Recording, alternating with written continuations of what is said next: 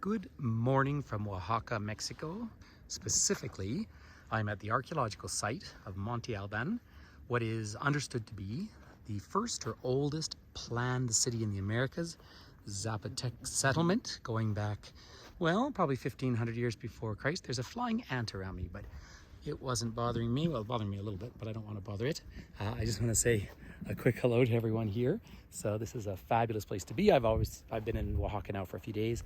This is his 6th or 7th trip here. I do bring groups down here, but this archaeological site is so meaningful, and of course pyramid construction. So I'm not going to pretend to be an anthropologist here. People do PhDs and huge study into all of this. We're still learning, but this is again the proof of the significant cultures that have existed in the Americas here for literally thousands of years. Out to the sort of the east and south of me is where you find the Mayan civilization, of course, their capital being Tikal, the famous pyramids. And then when you go the other way, of course, you get into Mixteca and then up towards Teotihuacan, which was the capital, of course, of the Aztec Empire. So that's sort of where we are in the world. But this is the first planned city out here. Look at these gorgeous cactuses. And it was, well, according to the guides and everything you read, it was inhabited till about 800.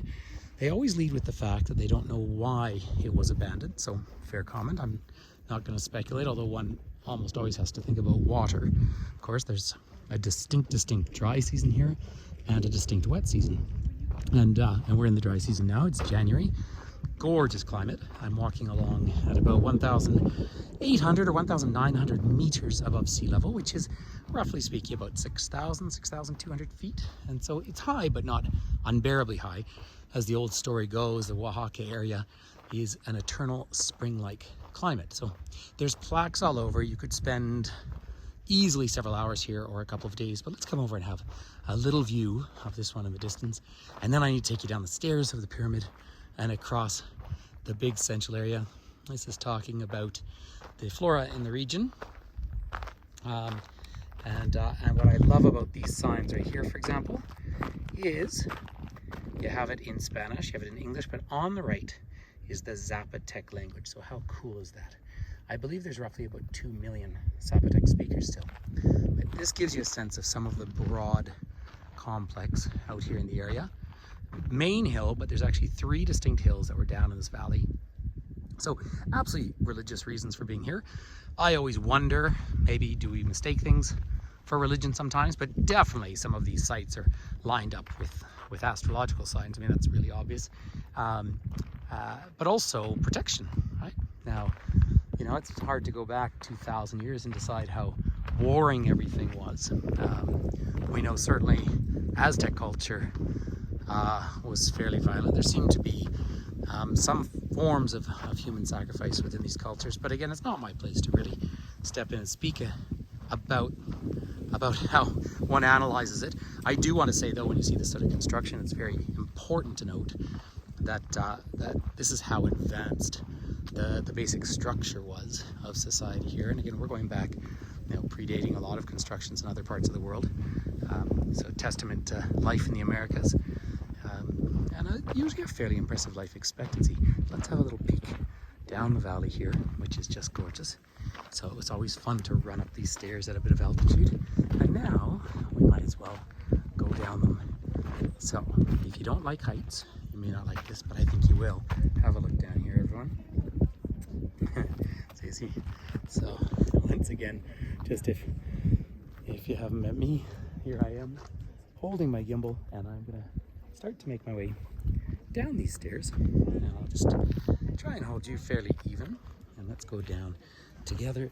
And so can you imagine, people here are not particularly tall, which probably means these steps would have been quite a lot of work. Now, I'm a skier, so I quite like this extra little bit of exercise for the knees. I'm just gonna move over to the side a little bit, just because I don't like to stick the camera right up into people's faces, you know, out of total respect for them as well. But just to take a moment and have a look at this whole complex all through here.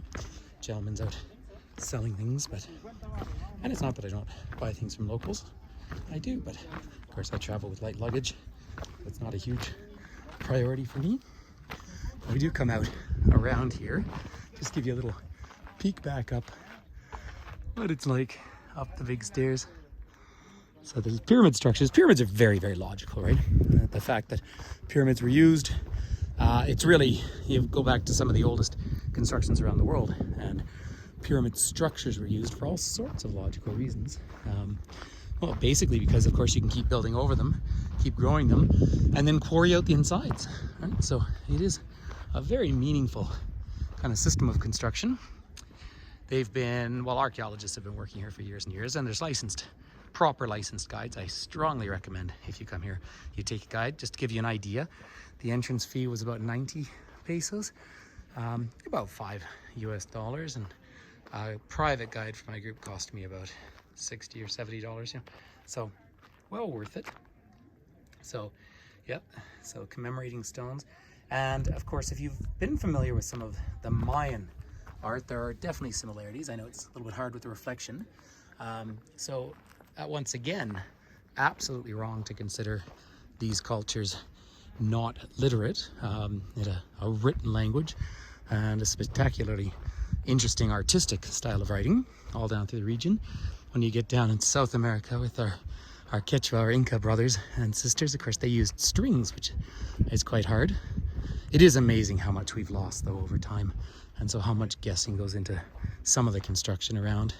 But this is where we're talking about the astronomical observatories, which are so important to these cultures as well, and cultures all over. And in fact, if you're enjoying my YouTube channel, you will note the fact that I did a presentation on the Wolf Moon back up home in the Rocky Mountains just about last week. And of course, that's the important marker of the cold period for northern peoples.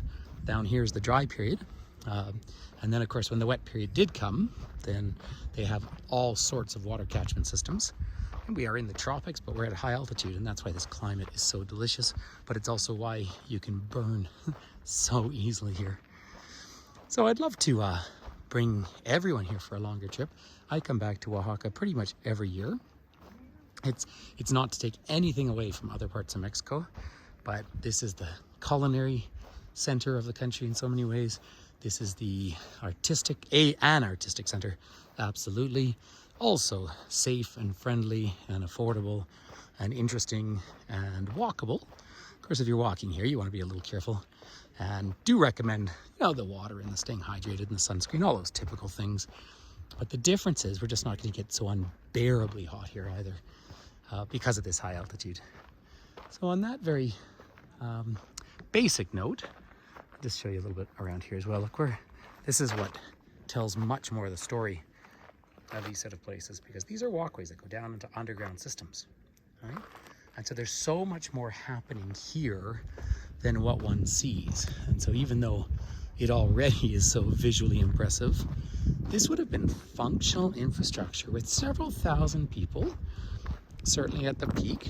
It is very hard to quantify actual populations going back historically, but certainly their ability to cultivate around here is enough to support large populations.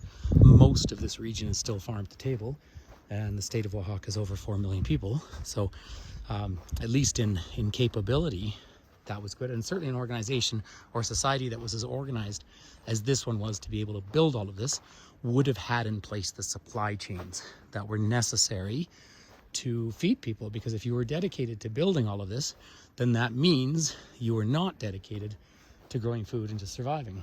And so this is a testament to food abundance or food security as a historic statement.